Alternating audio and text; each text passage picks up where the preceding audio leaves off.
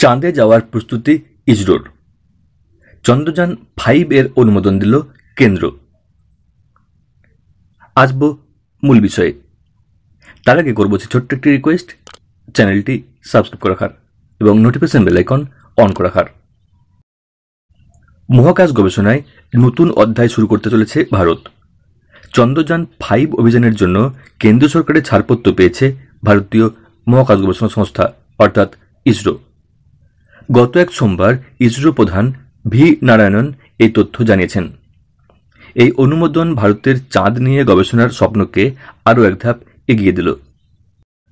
দেশের দীর্ঘমেয়াদী পরিকল্পনার মধ্যে রয়েছে 2040 সালের মধ্যে চাঁদে মানুষ পাঠানো, আর চন্দ্রযান-5 সেই লক্ষ্যেরই অংশ।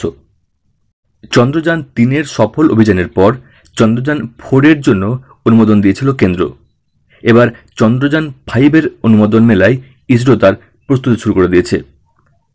ভারত প্রথম 2008 সালে চন্দ্রযান-1 উৎক্ষেপণ করেছিল, যা চাঁদের রাসায়নিক ও খনিজ বিশ্লেষণ করেছিল।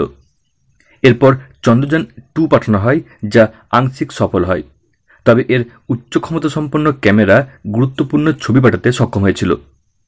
চন্দ্রযান-3 অভিযানের মাধ্যমে ভারত চাঁদের দক্ষিণ মেরুতে সফল অবতরণ করে বিশ্বের নজর কাড়ে।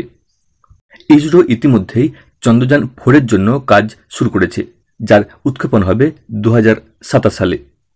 এবার চন্দ্রযান-5 এর প্রস্তুতিও শুরু হয়ে গেছে। উল্লেখযোগ্য বিষয় হল, চন্দ্রযান-5 অভিযানের রোভার আগের তুলনায় 10 গুণ ভারী। যেখানে চন্দ্রযান-3 এর রোভার প্রজ্ঞানের ওজন ছিল 25 কেজি, সেখানে চন্দ্রযান-5 এর রোভারের ওজন হবে 250 কেজি। চন্দ্রযান-5 মিশনের মাধ্যমে ইসরো আরও উন্নত প্রযুক্তি নিয়ে গবেষণা চালাবে। চাঁদের পৃষ্ঠে আরও বিশদ অনুসন্ধান করা হবে, যা ভবিষ্যতে মানুষ পাঠানোর পরিকল্পনার পথ প্রশস্ত করতে পারে।